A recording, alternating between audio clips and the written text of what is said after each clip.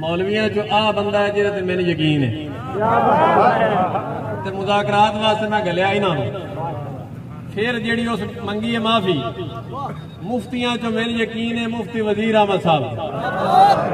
तहरीक लबैक दी मरकजी मजलिस शूरा दे जिहड़े रुकन ने मुफ्ती वज़ीर साहब उन्होंने मैंने आख्या भी यदि हुण माफी कबूल है तो मैं माफी देना पिया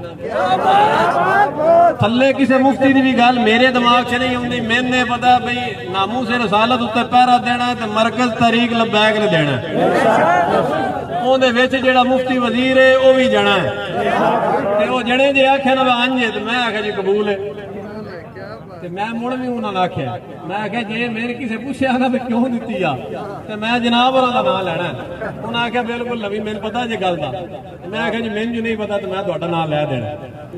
इस वास्ते दूजी गल